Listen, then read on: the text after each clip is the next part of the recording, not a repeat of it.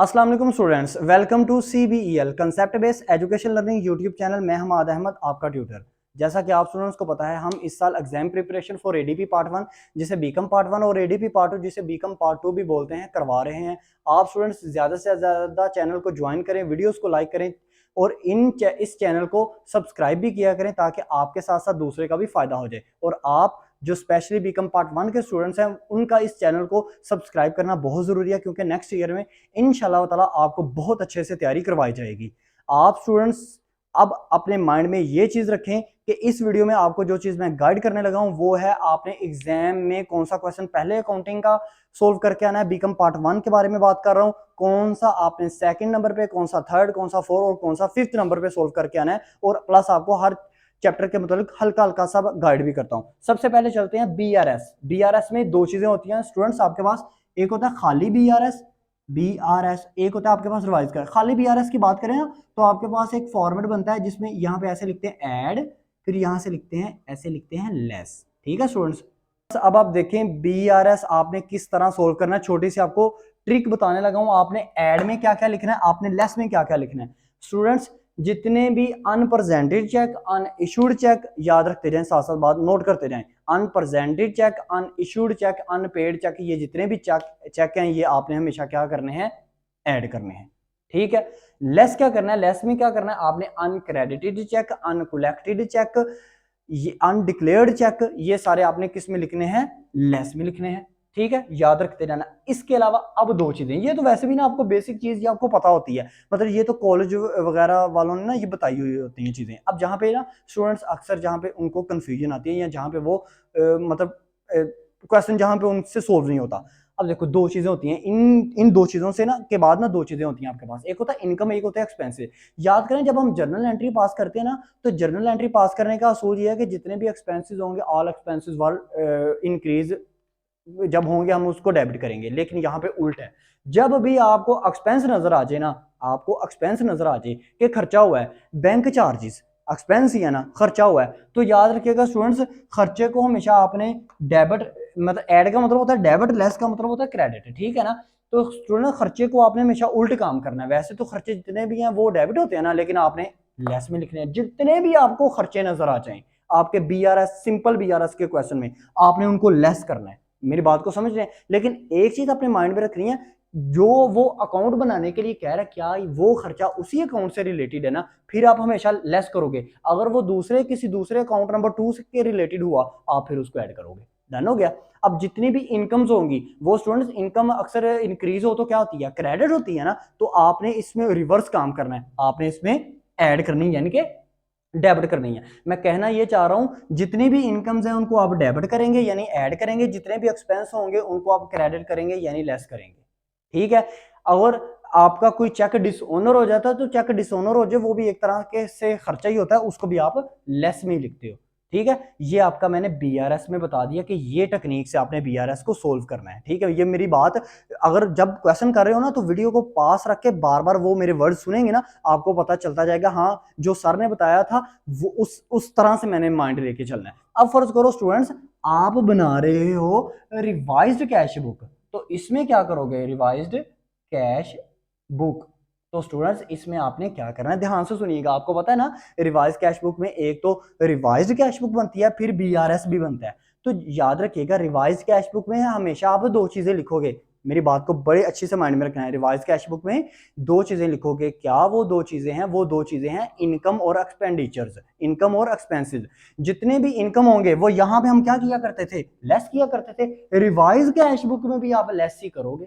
Okay, less means credit side पर लिखोगे, less means credit side पर लिखोगे रिवाइज कैश बुक की। अगर अच्छा, और यहां पे BRS में जितने भी इनकम्स हुआ करती थी वो ऐड होती थी, आप इसमें भी रिवाइज कैश बुक में भी उनको ऐड करोगे, मींस डेबिट करोगे। ओके हो गया। और इसके बाद जब इसमें आप इनकम और एक्सपेंडिचर डाल लोगे ना, फिर आपने जब दोबारा BRS बनानी है ना तो उसमें आपने इसका एक तो इसका बैलेंस लेके चलना है, मतलब इसके बैलेंस को आपने ऊपर लिखना है कि as balance as per cash book, revise cash book, debit balance या क्रेडिट बैलेंस। ओके।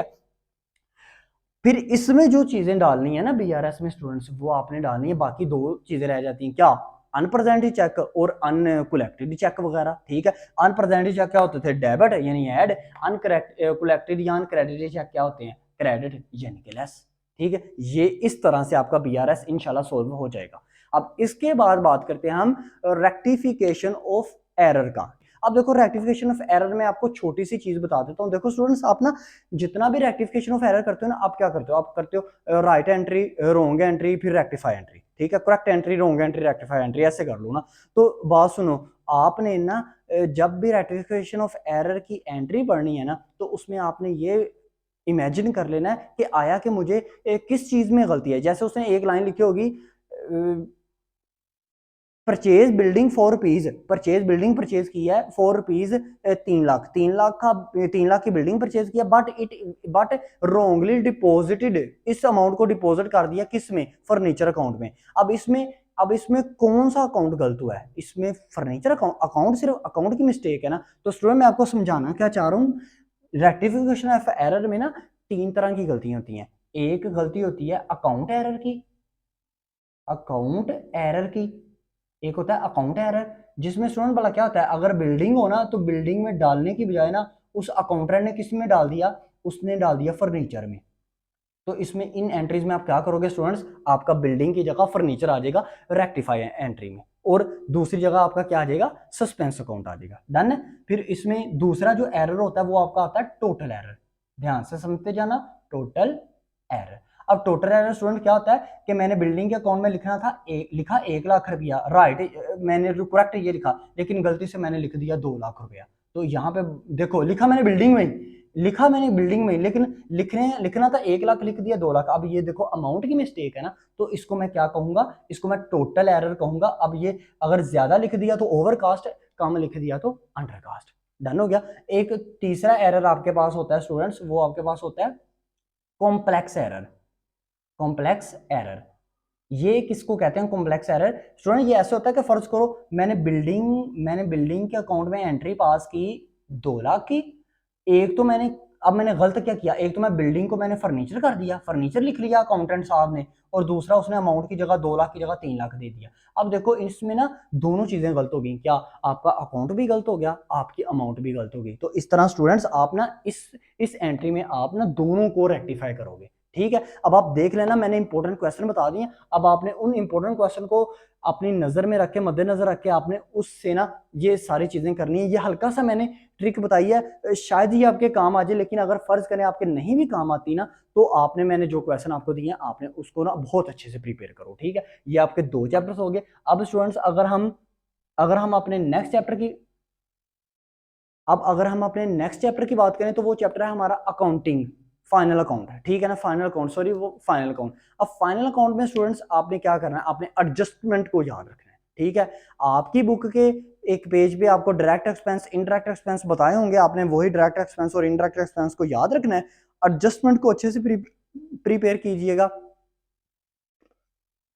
एडजस्टमेंट को अच्छे से प्रिपेयर कीजिएगा, ताकि आपका वो कंसेप्ट क्लियर हो जाए। एडजस्टमेंट में ज्यादा से ज्यादा आपको आउटस्टैंडिंग सैलरीज, आउटस्टैंडिंग वेजेस, इस तरह की चीजें पूछ सकता है। मैं आपको एंड पे बताता हूँ कि इस क्वेश्चन को आपने एंड पे ही लिखना करना है, क्योंकि आपने जितना मर्जी भी फाइनल अकाउंट प्रिपेयर कर लिया ना, आपसे मिस्टेक हो जाएगी। आप ज्यादा कोशिश ये करना, इस क्वेश्चन को सबसे एंड पे आपने प्रिपेयर करना है, लिखना भी, हल भी एंड पे करना है आपने। अच्छा, उसके बाद अब आप टॉपिक नंबर अपना चलो, वो सिंगल एंट्री सिस्टम, बहुत इजी चैप्टर। इसमें आपने 2 स्टेटमेंट्स बनानी होती हैं, opening statement of affairs, closing statements of affair, और नेट प्रॉफिट एंड पे बनानी होती है, प्रॉफिट एंड लॉस काउंट, कि आपका प्रॉफिट आया कि लॉस आया है, ठीक है। अब ये स्टूडेंट्स मैंने 5 से लेकर 10 तक जो आपको क्वेश्चन बताए ना, ये बिल्कुल सिंपल है, इसमें कुछ बताने की जरूरत नहीं। हाँ, कई दफा उसने ओपनिंग स्टेटमेंट ऑफ अफेयर दी होगी तो क्लोजिंग नहीं दी होगी, आपने क्लोजिंग बतानी है। कई दफा उसने क्लोजिंग दी होगी तो ओपनिंग नहीं दी होगी, आपने ओपनिंग स्टेटमेंट ऑफ अफेयर भी बनानी है, प्लस साथ में प्रॉफिट एंड लॉस काउंट भी बनाना है। और कई दफा वो दोनों दे देता, आपसे सिंपल कहता है कि आप प्रॉफिट एंड लॉस काउंट बनाओ। तो ये आपका बहुत सिंपल टॉपिक है, इसमें ऐसा स्टूडेंट्स को भी कोई ऐसा इतना ना मुश्किल नहीं आती। अब इसके बाद बात करते हैं बिल्स ऑफ एक्सचेंज की। स्टूडेंट अब याद रखो, बिल्स ऑफ एक्सचेंज में क्या होता है, मैं 3 4 5 केसेस आपको बता देता हूँ। नंबर 1 बिल ऑफ एक्सचेंज में क्या होता है कि जो 2 पर्सन है, ए और बी पर्सन है, ए ने क्या किया, बी के ऊपर बिल ड्रा किया, बी ने एक्सेप्ट कर लिया। अब ए बंदे ने क्या बोला, ए ने बोला जी मैं ऐसा करता हूँ, नंबर 1 केस आपके पास आता है, मैंने बैंक से बिल डिस्काउंट करवा लिया। बैंक से बिल डिस्काउंट करवाया ना, तो स्टूडेंट आप अपने माइंड में रखना कि ये बिल ना ए ने बैंक को बेच दिया। डिस्काउंट करवाने का मतलब होता है बेच दिया बैंक को। अब ड्यू डेट पे जब पैसे लेने की बारी आएगी, मेच्योरिटी की डेट पे, अब बैंक बी को कहेगा भाई मेरे पैसे अदा कर। अगर बी नहीं ना अदा करेगा तो बैंक ए को पकड़ेगा कि भाई ये मेरे पैसे नहीं अदा कर रहा, मुझे इससे पैसे लेके दे। ये हो गया नंबर 1 केस जो आपको पेपर में पूछ सकता है। नंबर 2 केस है एंड्रोसमेंट। फर्ज करो ए ने बी पे बिल ड्रा किया, बी ने एक्सेप्ट किया, ए ने बाद में क्या किया, पैसे की जरूरत पड़ी, उसने ना उसका एक क्रेडिटर था जिसके उसने पैसे देने थे, उसने अपने क्रेडिटर के ना पैसे देने थे। क्रेडिटर बंदा है सी, उसने कहा भाई ये मुझे पैसे दे। उसने कहा अच्छा पैसे ना ले, ऐसा कर ये बिल ले ले, मेच्योरिटी पे जाएं ये बी बंदे से, वो तुझे पैसे दे जाएगा। अगर फर्ज करो बाद में सी बी के पास जाता है, वो पैसे नहीं ना देता, तो सी ए के पास डायरेक्ट आएगा, कहेगा मुझे बी से पैसे लेके दे। एक केस से आपको ये आता है। अब थर्ड केस की बात करते हैं, तो थर्ड केस आपके पास आ जाता है जब बिल को ना बैंक में ना कलेक्शन के लिए सेंड किया जाता है। अब इसमें क्या होगा, फर्ज करो ए ने बी पे बिल ड्रा किया, अब ए ने बी से पैसे लेने हैं, तो ए बी को कहता है, एक बैंक के पास जाता है, बैंक को कहता है भाई मेरे पास टाइम नहीं है, ऐसा कर तू मेरे बिहाफ पे बी से क्या कर, अमाउंट कलेक्ट कर ले। लेकिन जैसे ही तू अमाउंट कलेक्ट करेगा ना, तो अमाउंट कलेक्ट करके मुझे दें, मैं बाद में ना तुझे इसके चार्जेस दे दूंगा, ठीक है। अगर फर्ज करो ड्यू डेट पे बैंक बी को के पास जाता है, उसको कहता है भाई दे मुझे पैसे, लेकिन वो नहीं देता, तो बैंक ए के पास आएगा, भाई ये आपका जो बंदा है ना ये मुझे पैसे नहीं दे रहा, आप ऐसा करो, एक तो इसने मेरा भी खर्चा डलवाया, अब क्योंकि ये बिल डिसऑनर हो गया, तो आप एक करो, एक तो इससे पैसे लो, वो भी मुझे चार्जेस दो, और दूसरा जो मेरा अजाफी खर्चा लगा ना, वो नोटिंग चार्जेस भी मुझे दो। ठीक हो गया। ये 3 किस्म के आगे क्या नाम है आपके पास केसेस। अब 4 नंबर केस आपके पास लास्ट वन, ये आपके ज्यादा से ज्यादा पूछ लेता है डिसओनर। अब जब भी बिल डिसओनर हो जाए ना स्टूडेंट्स, तो एक बात याद रखिएगा, जिस डिसओनर भी इतने, फर्ज करो डिसओनर क्या क्या क्या मतलब है, अगर बिल डिस्काउंट करवाया हो वो डिसओनर हो जाएगा, बिल इंड्रोसमेंट करवाया हो वो डिसओनर हो जाएगा, या बिल सेंट फॉर कलेक्शन करवाया हो वो डिसओनर हो जाएगा। ये सिर्फ 4 आपके पास केस आते हैं। ज्यादा से ज्यादा आप स्टूडेंट्स अगर पेपर में थोड़ा सा भी हल कराते हैं, आधा भी हल कराते हैं, आपको वो लाजमी तौर पे नंबर देगा, आधे नंबर आपको मिल जाते हैं। आप ये इस क्वेश्चन को ये ना किया करें कि मैं दरमियान में छोड़ूं तो मैं कहूँ बस। अब आप सुने लास्ट में आपने कौन कौन सा क्वेश्चन पहले करना है, कौन सा बाद में, कौन सा 5th नंबर पे, ऐसे तरतीब से। फर्स्ट नंबर पे आपने जो क्वेश्चन करना है ना, वो आपने क्वेश्चन करना है हमेशा बीआरएस का। जब भी पेपर में आता है बीआरएस का क्वेश्चन आया, आपने बीआरएस को सोल्व करना है, ठीक है। नंबर 2 पे आपने जो क्वेश्चन करना है वो करना है सिंगल एंट्री सिस्टम का। नंबर 3 पे आपने जो क्वेश्चन करना है वो आपने करना है रेक्टिफिकेशन ऑफ एरर का। नंबर 4 पे आपने क्वेश्चन करना है बिल ऑफ एक्सचेंज का। नंबर 5 पे आपने क्वेश्चन कौन सा करना है, फाइनल काउंट को हमेशा लास्ट पे रखना है, क्योंकि स्टूडेंट्स जब फाइनल काउंट का आप क्वेश्चन करोगे ना, तो दरमियान में आप ना कहीं आपसे मिस्टेक हो सकती है, आप फंस भी सकते हो। तो आप स्टूडेंट्स ने क्या करना है, आप स्टूडेंट दरमियान, अगर फर्स्ट स्टार्टिंग में आपने पहला क्वेश्चन ये अटेम्प्ट करना शुरू कर दिया ना, तो आपका अगर दरमियान में क्वेश्चन अड़ गया ना, तो आपको बाकी सारे क्वेश्चन वो भूल जाने हैं, ठीक है। अगर वो आते भी हुए तो वो भूल जाने। इस वजह से आपने फाइनल काउंट के क्वेश्चन को लास्ट में करना है अटेम्प्ट, क्योंकि ये स्टार्टिंग में भी आपने अटेम्प्ट कर रही है। कहीं ना आपने आगे वाले से पूछा भाई मुझे जीपी बता तेरा ठीक आ रहा है, उसने कहा नहीं मेरा ठीक नहीं आ रहा, तो आपने अपने को देखने शुरू बैठ जाना। अब आधा घंटा आपने सोचते रहना है ये कैसे नहीं ठीक आ रहा, एनपी भी नहीं ठीक आ रहा, बैलेंस शीट भी नहीं ठीक आ रही। अब इधर उधर से पूछोगे, वो उसमें टाइम वेस्ट करोगे। आपने लास्ट में ये क्वेश्चन करना है, ठीक है स्टूडेंट्स। जो क्वेश्चन मैंने बोले हैं उनको करना है, आपने अच्छे से प्रिपेयर करना है प्रॉब्लम्स और इंपॉर्टेंट इलस्ट्रेशंस को। और लास्ट में अगर कोई चैप्टर आप करना चाहते हो तो वो डेप्रिसिएशन का चैप्टर कर लेना, उसके लास्ट वाले 3-4 क्वेश्चन बस आपने कर लेना। 8 से लेकर 12 तक आप उसके क्वेश्चन कर लीजिएगा। वीडियो अच्छी लगी तो लाइक कीजिएगा, चैनल को जरूर सब्सक्राइब कीजिएगा। अब तक के लिए इतना ही, अल्लाह हाफिज।